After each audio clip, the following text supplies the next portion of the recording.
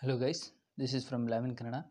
ಏನು ನೋಡ್ತಾ ಇರೋ ಮೈಕ್ರೋಬ್ಯಾಕ್ಟೀರಿಯಂ ಟ್ಯೂಬರ್ಕ್ಯುಲೋಸಿಸ್ ಇದ್ರ ಬಗ್ಗೆ ತಿಳ್ಕೊಳ್ಳೋಣ. ಸೊ ಲ್ಯಾಬ್ ಡಯಾಗ್ನೋಸಿಸ್ ಏನು, ಹೆಂಗೆ ಬಂತು, ಯಾವಾಗ ಬಂತು ಅಂತೇಳಿ ಎಲ್ಲ ಇದ್ರ ಬಗ್ಗೆ ಎಲ್ಲ ಡಿಸ್ಕಷನ್ ಮಾಡ್ತಾ lab diagnosis. So MLT students ಅಂದರೆ ನಮಗೇನೆಂದರೆ ಲ್ಯಾಬ್ ಡಯಾಗ್ನೋಸಿಸ್ ಬಗ್ಗೆ ನಾಲೆಡ್ಜ್ ಬೇಕಷ್ಟೇ. ಇನ್ನು ಪ್ರಿವೆನ್ಷನ್ ಟ್ರೀಟ್ಮೆಂಟ್ ಅದು ಇದು ಸ್ವಲ್ಪ ಸ್ವಲ್ಪ ನಾಲೆಡ್ಜಿದ್ರೆ ಸಾಕು. ನೋಡಿದ್ರೆ ಮೈಕ್ರೋಬ್ಯಾಕ್ಟೀರಿಯಂ ಟ್ಯೂಬರ್ಕ್ಯುಲೋಸಿಸ್ ಇದೇನು ಕಾಸು ಮಾಡುತ್ತೆ ಅಂದರೆ TB. ನಮಗಂತೂ ಮೈಕ್ರೋಬ್ಯಾಕ್ಟೀರಿಯಂ ಅಥವಾ ಟ್ಯೂಬರ್ಕ್ಯುಲೋಸಿಸ್ ಅಂದರೆ ಗೊತ್ತಿರಲ್ಲ. ಈಗೆಲ್ಲನ ನಾವು ಊರ ಕಡೆ ಕೇಳಿದ್ರೆ ಮಾತಂದರೆ ಅವ್ರ ಮನೇಲಿ TB ಆಗಿತ್ತಂತೆ ಕಣೋ ಯಾರಿಗನೋ, ಅಥವಾ ಮನೆಯಲ್ಲಿ ಯಾರ ನಮ್ಮ ಅಜ್ಜಿ ತಾತನ ನಮ್ಮ ಅಪ್ಪ ಅಮ್ಮನ ಹತ್ರ ಮಾತಾಡೋದು ಕೇಳಿದ್ರೆ ಅವ್ರಿಗೆ TB ಆಗಿತ್ತಂತೆ ಕಣೋ, ಅವ್ರ ಮನೇಲಿ ಅವ್ನಿಗೆ TB ಆಗಿತ್ತಂತೆ ಆ ಥರ ಹೇಳ್ತಿರ್ತಾರೆ. ನಮಗೇನು TB ಕಾಯಿಲೆ ಅಂದರೆ TB ನೋಡಿ ನೋಡಿ ಬರ್ತಿತ್ತೇನೋ TB ಕಾಯಿಲೆ ಅನ್ನೋ ಫೀಲ್ ನಮಗೆ ಚಿಕ್ಕ ವಯಸ್ಸಲ್ಲಿ. TB ನೋಡಿದರೆ TB ಕಾಯಿಲೆ ಬರುತ್ತೆ ಅಂತ. ಸೊ ಇವಾಗ ಗೊತ್ತಾಗ್ತಿದೆ TB ಕಾಯಿಲೆ ಅನ್ನೋದು ಒಂಥರ ಬೇರೆ ಥರ ಡಿಸೀಸ್, ಅದು ಪ್ಯಾಂಡಮಿಕ್ ಡಿಸೀಸು. ಪ್ಯಾಂಡಮಿಕ್ ಅಂದರೆ ಒಂಥರ COVID-19 ಇತ್ತಲ್ಲ ಆ ಥರ, ಅದ್ರ ಟೈಮಲ್ಲಿ ಅದೊಂಥರ ಪ್ಯಾಂಡಮಿಕ್ ಡಿಸೀಸು. ಸೊ ಇಂಟ್ರೊಡಕ್ಷನಲ್ಲಿ ನೋಡೋದಾದರೆ mycobacterium tuberculosis is a bacterium that causes the tuberculosis ಅಂದರೆ TB. So preliminary affect the lungs. First ಎಲ್ಲ ಅಫೆಕ್ಟ್ ಮಾಡುತ್ತೆ ಅಂದರೆ ಲಂಗ್ಸ್ಗೆ ಅಫೆಕ್ಟ್ ಮಾಡುತ್ತೆ. Next can spread it to the other organs. ಇನ್ನು ಬೇರೆ ಆರ್ಗನ್ಸ್ಗೂ ಸ್ಪ್ರೆಡ್ ಆಗುತ್ತೆ. ಲಂಗ್ಸ್ ಒಂದೇ ಅಲ್ಲ, ಲಿವರ್ ಆಗಿರ್ಬೋದು, ಕಿಡ್ನಿ ಆಗಿರ್ಬೋದು, ಇನ್ನು ಎಕ್ಸ್ಟ್ರಾ ಆರ್ಗನಲ್ಸ್ ಎಲ್ಲೆಲ್ಲಿ ಅದಕ್ಕೆ, ಇನ್ನು ಮೆನೆಂಜಸ್, ಬ್ರೈನ್ ಅಲ್ಲಿ ಕವರಿಂಗ್ ಲೇಯರ್ ಇರುತ್ತಲ್ಲ ಮೆನೆಂಜಸ್, ಅದಕ್ಕೂ ಅಫೆಕ್ಟ್ ಮಾಡ್ಬೋದು. ಸೊ ಅದು ಎಲ್ಲೆಲ್ಲಿ ಇಷ್ಟ ಬರುತ್ತೋ ಅಲ್ಲೆಲ್ಲ ಅಫೆಕ್ಟ್ ಮಾಡ್ತಾ ಬರುತ್ತೆ. ಅದಕ್ಕೆ ಇಷ್ಟ ಬಂದ ಕಡೆ ಅಂತ ಅಲ್ಲ, ಅದೆಲ್ಲೆಲ್ಲಿ ಅಫೆಕ್ಟ್ ಮಾಡೋ ಚಾನ್ಸಸ್ ಇರುತ್ತೆ ಅಲ್ಲೆಲ್ಲ ಕಡೆ. Understanding it's characteristics and behaviour is circular of the controlling TB. So ಈ TBನ ಕಂಟ್ರೋಲ್ ಮಾಡೋಕ್ಕೆ ಕೆಲವೊಂದು ಇದು ಗೌರ್ಮೆಂಟ್ ಹಾಸ್ಪಿಟ್ಲ್, ಸಮಾಜ ಕಲ್ಯಾಣ ಇಲಾಖೆ ಅಂತೇಳಿ ಕೆಲವೊಂದಷ್ಟಿದೆ. ಸೊ ಅವರೆಲ್ಲ ಬರೀ ಪ್ರೋಗ್ರಾಮ್ಸ್ ಅದು ಇದು ಕೊಡ್ತಿರ್ತಾರೆ, ಅವೇರ್ನೆಸ್. ಅಥವಾ ಇಲ್ಲಿ ಅಂಗನವಾಡಿ ಸೈಡ್ ಆಶಾ ಕಾರ್ಯಕರ್ತರು ಅಂತೇಳಿ ಅವರಷ್ಟು ಜನ ಇರ್ತಾರೆ, ಅವ್ರೂ ಅವೇರ್ನೆಸ್ ಕೊಡ್ತಿರ್ತಾರೆ. ಇನ್ನು ಅಲ್ಲಿ ಪ್ರೈಮರಿ ಹೆಲ್ತ್ ಸೆಂಟ್ರು, ನಮ್ಮ ಗೌರ್ಮೆಂಟ್ ಹಾಸ್ಪಿಟ್ಲ್ಗಳು ಏನೇನಿದ್ದಾವೆ ಅಲ್ಲೆಲ್ಲ ಒಂದೊಂದು ಇದನ್ನ ಹಾಕಿರ್ತಾರೆ ಪೋಸ್ಟ್ರುಗಳು ಹಾಸ್ಪಿಟ್ಲ್ ಒಳಗಡೆ. ಡೆಂಗ್ಯೂ, ಮಲೇರಿಯಾ, ಲೈಕ್ TBದು ಇದೊಂದು ಕ್ಷಯ ರೋಗ ಪರೀಕ್ಷೆ ಮಾಡಿ ಅಂತ. ಆಮೇಲೆ ಕ್ಷಯ ರೋಗ ಅಂದನು ನಮಗೆ ಗೊತ್ತಿರಲಿಲ್ಲ. ಕ್ಷಯ ರೋಗ ಅಂದರೆ ನಮಗೇನೋ ಒಂಥರ ಅನ್ಸೋದು. ಸೊ ಇವಾಗ ಗೊತ್ತಾಗ್ತೀವಿ ಕ್ಷಯ ರೋಗದ್ದು ಇಂಗ್ಲೀಷ್ ಮೀನಿಂಗ್ ಬಂದುಬಿಟ್ಟು ಟ್ಯೂಬರ್ಕ್ಯುಲೋಸಿಸು, ಕ್ಷಯ ರೋಗ ಅನ್ನೋದು ಕನ್ನಡ ವರ್ಡು. ಸೊ ಗೊತ್ತಾಯ್ತಲ್ಲ. ನೆಕ್ಸ್ಟ್ ಹಿಸ್ಟ್ರಿ ಆ್ಯಂಡ್ ಡಿಸ್ಕವರಿ ನೋಡೋದಾದರೆ TB has been present in the human since accidents times. In 1882 Robert Koch discover the mycobacterium tuberculosis. Robert Koch ಏನಿದ್ದಾರೆ ಅವರು ಮೈಕ್ರೋಬ್ಯಾಕ್ಟೀರಿಯಂ ಟ್ಯೂಬರ್ಕ್ಯುಲೋಸಿಸ್ನ 1887ರಲ್ಲೇ ಕಂಡುಹಿಡಿತಾರೆ. ಸೊ ರಾಬರ್ಟ್ ಕೋಚ್ ಏನಿದ್ದಾರೆ ಅವ್ರು ಇನ್ನೂ ಬೇಕಾದಷ್ಟು ಮಾಡವ್ರೆ, ಬಟ್ ಇದೊಂದು ಟ್ಯೂಬರ್ಕ್ಯುಲೋಸಿಸ್ನ ಕಂಡುಹಿಡಿದವ್ರೆ. This discovery was major milestone of the microbiology and medicines. Major milestone ಅಂದರೆ ಒಂದು ದೊಡ್ಡ ಮೂವ್ ಅಂತ ಹೇಳ್ಬೋದು ಮೈಕ್ರೋಬಯಾಲಜಿಗೆ. ಸೊ ನೆಕ್ಸ್ಟ್ ನೋಡಿದ್ರೆ global impact of the statistics. ಅಂದರೆ ಟ್ಯೂಬರ್ಕ್ಯುಲೋಸಿಸ್ ಏನು ಮಾಡ್ತಂದರೆ ಇದು ಕಾಸಸ್ ಅಂದರೆ ಬೇರೆ ಥರ ಒಂದು ಟಾಪ್ 10 ಲಿಸ್ಟಿಂಗಲ್ಲಿ ಒಂದು 10 ಈ COVID-19 ಒಂಥರ ಕೊರೋನಾ, ಮಲೇರಿಯಾ, ಡೆಂಗ್ಯೂ ವೈರಸ್ ಆ ಥರ ಈ ಥರ ಅಂತೇಳಿ ಒಂದು 10 ಕಾಸಸ್ ಏನಿದೆ ಅದರಲ್ಲಿ ಟಾಪ್ 10 ಇದು ವರ್ಲ್ಡ್ ವೈಡು ಜಾಸ್ತಿ ಜನನ ಕಿಲ್ ಆಗಿದೆ. ಸೊ ಇದರಿಂದಾಗಿ ಡೆತ್ ಆಗಿದ್ದಾರೆ ಅಂದರೆ ಪೀಪಲ್ಸ್ ವರ್ಲ್ಡ್ ವೈಡಲ್ಲಿ ಇದು ಟಾಪ್ 10 ಡಿಸೀಸು. ಸೊ ಅದರಿಂದ most of the people death ಆಗಿದ್ದಾರೆ. In case of 2020 as estimated 10 million people fell with the TB. 2020ರಲ್ಲಿ 10 ಮಿಲಿಯನ್ ಪೀಪಲ್ಸ್ ಅಂದರೆ ನಿಯರ್ಲಿ 1 crore. 1 ಮಿಲಿಯನ್ ಅಂದರೆ 10 lakhs. ಸೊ ನಿಯರ್ಲಿ 10 ಮಿಲಿಯನ್ಸ್ ಅಂದರೆ 1 crore ಆಗ್ಬೋದು. So ongoing the effect of needed reduces the global burden of the tuberculosis. ಇನ್ನು biological characteristics ನೋಡೋಣ. ನಮಗೆ history ಏನು ಅಷ್ಟೊಂದು ಅವಶ್ಯಕತೆ ಆಗಲ್ಲ, ಹಿಸ್ಟ್ರಿ ಬಿಟ್ಟಾಕೋಣ. ಹಿಸ್ಟ್ರಿ ಬಗ್ಗೆ ಏನು ಅರ್ಥ ಮಾಡ್ಕೊಳ್ಳಿ, ಅರ್ಥವಾಗಲಿಲ್ಲ ಅಂದರೆ ತಲೆನೇ ಕೆಡಿಸ್ಕೊಂಬಿಡಿ, ಬಿಟ್ಬಿಡಿ. ನೆಕ್ಸ್ಟು ರಾಬರ್ಟ್ ಕೋಚ್ ಒಬ್ರಿಗೆ ಯಾಬ್ರಿಗೆ ಕೇಳಿ, ಪಾಪ ಅವ್ರು ಕಂಡುಹಿಡಿದವ್ರೆ, ಮಿಸ್ ಮಾಡಬೇಡಿ, ಪಾಪ ಅವ್ರಿಗೆ ಬೇಜಾರು ಮಾಡುತ್ತೆ. ಬಯೋಲಾಜಿಕಲ್ ಕ್ಯಾರೆಕ್ಟರಿಸ್ಟಿಕ್ ನೋಡೋದಾದರೆ mycobacterium tuberculosis is a rod shaped. Rod ಅಂದರೆ ಬಿಸಿಲೆ, ಸೊ ಕಡ್ಡಿ ಥರ ಇರುತ್ತೆ. Rod shape non motile bacterium. ಇದು ಯಾವುದೇ ಥರ ಮೂಮೆಂಟ್ ಆಗಲ್ಲ. It has complex cell wall with high lipid content. ಇದು ಸೆಲ್ ವಾಲ್ ಇದೆಯಲ್ಲ, ಕಾಂಪ್ಲೆಕ್ಸ್ ಜಾಸ್ತಿ, ಅಂದರೆ ತುಂಬ ಸಿಂಪಲ್ ಅಲ್ಲ. ಈಗ ಹೆಂಗೆ ಅಂದರೆ, ನಾವೀಗ ಒಂದು ಬಟ್ಟೆ ಆದರೆ ಒಂದು ಸ್ವಲ್ಪ ಪದರ ತೆಳುವಾಗಿರುತ್ತೆ, ಒಂದು ಬಟ್ಟೆ ಹಿಡ್ಕೊಂಡು ನೋಡಿದ್ರೆ. ಅದೇ ಒಂದು 4-5 ಬಟ್ಟೆ ಒಂದೇ ಸಮನಾಗಿ ಹಿಂಗೆ ಹಿಡ್ಕೊಂಡು ನೋಡಿದ್ರೆ ಅದರಲ್ಲೇನು ಕಾಣೋದಿಲ್ಲ, ಅದೊಂದು ಸ್ವಲ್ಪ ಕಾಂಪ್ಲೆಕ್ಸ್ ಆಗುತ್ತೆ. ಸೊ ಕಾಣಿಸೋದಿಲ್ಲ ಆ ಕಡೆಯಿಂದ ಈ ಕಡೆ. ಸೊ ಆ ಥರ ಅದು ಕಾಂಪ್ಲೆಕ್ಸು, ಹೈಲಿ ಕಾಂಪ್ಲೆಕ್ಸು. ಲೈಕ್ ಈಗ ಒಂದು ಶರ್ಟಿನ ಬಟ್ಟೆ, ಇನ್ನು ಬಿಟ್ಟರೆ ಒಂದು ಜರ್ಕಿನ್ನು, ಗೊತ್ತಲ್ಲ ಜರ್ಕಿನ್ ಅಂದರೆ ಒಂದು ಸ್ವಲ್ಪ ತಿಕ್ಕಾಗಿ ದಪ್ಪಗಿರುತ್ತೆ. ಸೊ ಆ ಥರ ಇದು ಸೆಲ್ ವಾಲ್ ಕಾಂಪ್ಲೆಕ್ಸ್ ಮತ್ತು ಹೈ ಲಿಪಿಡ್ ಕಂಟೆಂಟ್ ಹೊಂದಿರುತ್ತೆ. ಯಾವುದು ಮೈಕೋಲಿಕ್ ಆ್ಯಸಿಡ್ ಅಂತ ಒಂದಿದು. ಸೊ ಅದನ್ನ ಹೊಂದಿರುತ್ತೆ. ಇದು ಒಬ್ಲಾಗೇಟ್ ಹೇರೋಬ್ಸ್ ಆ್ಯಂಡ್ ಸ್ಲೋ ಗ್ರೋಯಿಂಗ್ ಆರ್ಗನ್ಸಮ್. ಮೈಕೋಬ್ಯಾಕ್ಟೀರಿಯಮ್ ಹೆಂಗೆ ಬೆಳೆಯುತ್ತೆ ಅಂದರೆ ತುಂಬ ಅಂದ್ರೆ ತುಂಬ ನಿಧಾನಕ್ಕೆ.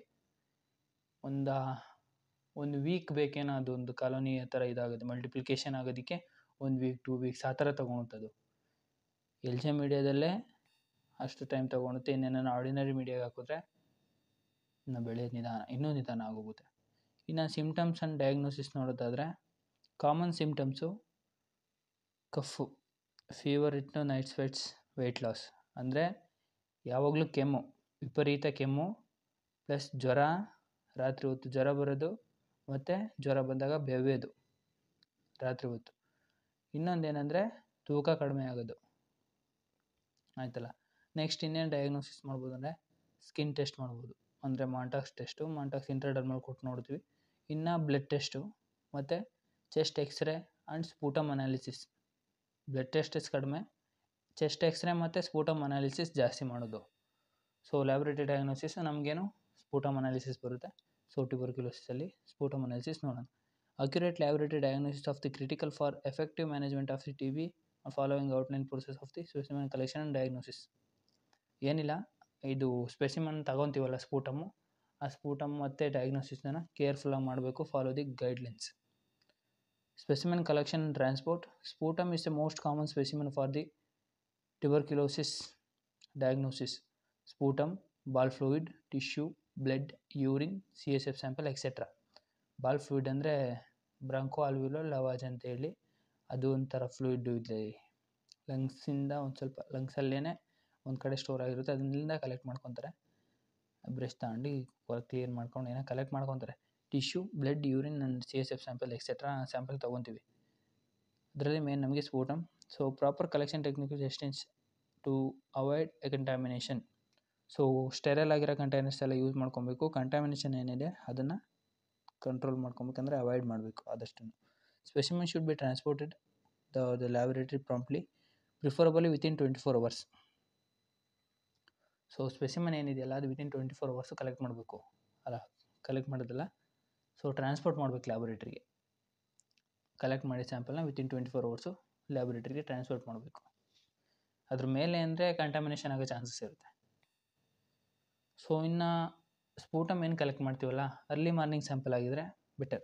ಏಕೆಂದರೆ ಡಯಾಗ್ನೋಸಿಸ್ ಮಾಡೋದಕ್ಕೆ ಅರ್ಲಿ ಮಾರ್ನಿಂಗು ಎದ್ದ ತಕ್ಷಣ ಕಫ ಏನಿದೆ ತೆಗೆದು ಅದು ಕಂಟೈನರ್, ಕ್ಲೀನ್ ಕಂಟೈನರ್ ಕೊಟ್ಟಿದ್ರೆ ಅದಕ್ಕೆ ಹಾಕಿ ಲೇಬಲ್ ಮಾಡಿ ತೊಗೊಂಬಂದು ಲ್ಯಾಬ್ರೇಟ್ರಿಗೆ ಕೊಟ್ಟರೆ ಅವರು ಅನಾಲಿಸಿಸ್ ಮಾಡಿ ರಿಪೋರ್ಟ್ ಕೊಡ್ತಬೋದು. ರಿಪೋರ್ಟಿಂಗ್ ಈಸಿಯಾಗಿರುತ್ತೆ, ಪ್ಲಸ್ ನಮಗೆ ಅನಾಲಿಸಿಸ್ ಮಾಡೋದಕ್ಕೂ ಈಸಿ ಇರುತ್ತೆ. ಅಂದರೆ ಒನ್ ಟೈಮ್ ಟೆಸ್ಟ್ ಮಾಡಿಸಿ ಏನಾದರೂ ಪಾಸಿಟಿವ್ ಬಂದು, ಅಥವಾ ನೆಕ್ಸ್ಟ್ ಇನ್ನೂ 2-3 ಟೈಮ್ಸ್, ಇನ್ನು 2-3 ಬಾರಿ ಟೆಸ್ಟ್ ಮಾಡಿಸ್ಬೇಕು. 1 ಸಲ 2 ಸಲ 3 ಸಲ ಈ ಥರ ಮಾಡಿಸಿ ಆದಮೇಲೆ ಕನ್ಫರ್ಮೇಷನ್ ತೊಗೊಬೇಕು. ಅಂದರೆ 1 ಸಲ ಪಾಸಿಟಿವ್ ಬಂದ್ರೆ ಪಾಸಿಟಿವ್ನೇ, ಬಟ್ ಯಾಕೆ ಅಂದರೆ ಅದು ಯಾವ ಥರ ಡಯಾಗ್ನೋಸಿಸ್ ಮಾಡಿದಾದ್ಮೇಲೆ ಟ್ರೀಟ್ಮೆಂಟ್ ಯಾವ ಥರ ವರ್ಕ್ ಆಗ್ತೈತೆ ಅಂತೇಳಿ ಅದು ಇದು ನೋಡೋದಕ್ಕೆ 1-2 ಸಲ 3 ಸಲ ಈ ಥರ ಟೆಸ್ಟ್ ಮಾಡಿಸ್ತಿರ್ಬೇಕು. ಇನ್ನು diagnosis involves multiple test, microscopic examination, culture and molecular methods. Rapid test like expert MTA, RFI and detect the TB. Vaccine resistance within hours. Accuracy diagnosis guidance, approximate treatment and infection measures. So ಇನ್ನು other test ನೋಡೋದಾದ್ರೆ microscopic examination, ಯಾವುದು Z video ಡಿಸ್ಕ್ರಿಪ್ಷನಲ್ಲಿ link ಹಾಕಿರ್ತೀನಿ, ನೋಡಿಲ್ಲ ಅಂದರೆ ಹೋಗಿ ನೋಡ್ಕೊಂಬನ್ನಿ. ಇನ್ನು culture and molecular methods ಯಾವುದೇ ಅಂದರೆ ಎಕ್ಸ್ಪರ್ಟ್ MTB ಟೆಸ್ಟು ₹1. ನೀವು ಅದೇ ಗೌರ್ಮೆಂಟ್ ಹಾಸ್ಪಿಟ್ಲಿಗೆ ಮಾಡಿಸಿ ಅಥವಾ ಪ್ರೈವೇಟ್ ಹಾಸ್ಪಿಟಲ್ ಸೈಡು ಎಲ್ಲೆಲ್ಲಿ ಇದು PCR MTB ಮೆಥಡ್ ಮಾಡಿಕೊಡ್ತಾರೋ ಅಲ್ಲೆಲ್ಲ ಮಾಡಿಸಿದ್ರು ಅದು MTB ಕಾಸ್ಟ್ ಬರೋದು ಒಬ್ಬರಿಗೆ ₹1. ₹1 ಕಟ್ಟಿದ್ರೆ ನಿಮ್ಮದು ಸ್ಪೂಟಮ್ ಕಲೆಕ್ಟ್ ಮಾಡಿಕೊಟ್ರೆ ಅದಕ್ಕೆ ಅವರು ಟೆಸ್ಟ್ ಮಾಡಿಕೊಡ್ತಾರೆ, ರಿಪೋರ್ಟ್ ಕೊಡ್ತಾರೆ. ಅಂದರೆ ಟೆಸ್ಟಿಂಗ್ ಚಾರ್ಜಸ್ಸು ₹1. ಏನಿಲ್ಲ, ನಿಮ್ಗೆ ಏನಾದರೂ ಡೌಟ್ಸ್ ಇದೆ ಅಂದರೆ ಕೆಮ್ಮು ಆಗ್ತಿದೆ, ವೆಯ್ಟ್ ಲಾಸ್ ಆಗ್ತಿದೆ, ನೈಟ್ ಜ್ವರ ಬರ್ತಿದೆ, ಈ ಥರ ಸಿಮ್ಟಮ್ಸ್ ಏನಾದರೂ ಇದ್ದರೆ ಒಂದ್ಸಲ ಹೋಗಿ ಚೆಕ್ ಮಾಡ್ಸೋದ್ರಲ್ಲೇನು ತಪ್ಪೇನಿಲ್ಲ. ಯಾಕೆಂದರೆ ನಮ್ಮ ಆರೋಗ್ಯವೇ ಭಾಗ್ಯ ಅಂತಾರೆ, ಆರೋಗ್ಯ ಇದ್ರೇ ಎಲ್ಲ. ನೆಕ್ಸ್ಟ್ ನೋಡಿದ್ರೆ accurate with the diagnosis guidance infection control ಮಾಡೋದಕ್ಕೆ. Next microscopical examination, acid fast bacilli staining methods, Ziehl Neelsen and fluorescence staining. Fluorescence staining ಅಷ್ಟಾಗಿ ಯಾರು ಮಾಡಲ್ಲ, ಆಲ್ಮೋಸ್ಟ್ ಎಲ್ಲ ZN ಮಾಡೋದು.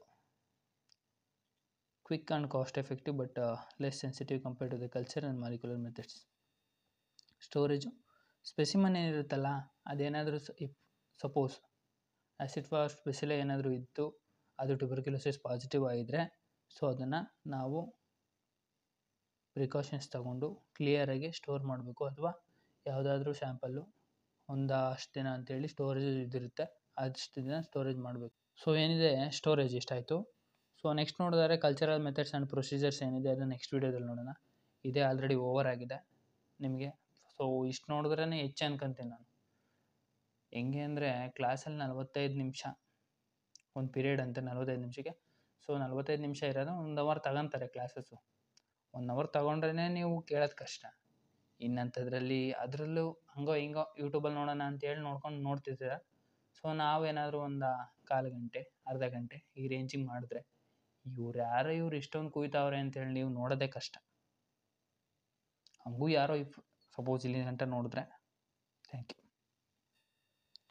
ಸೊ ನೆಕ್ಸ್ಟ್ ಏನಿದೆ ಅದನ್ನೆಲ್ಲ ನೆಕ್ಸ್ಟ್ ಇದ್ರ ವೀಡಿಯೋದಲ್ಲಿ ನೋಡೋಣ.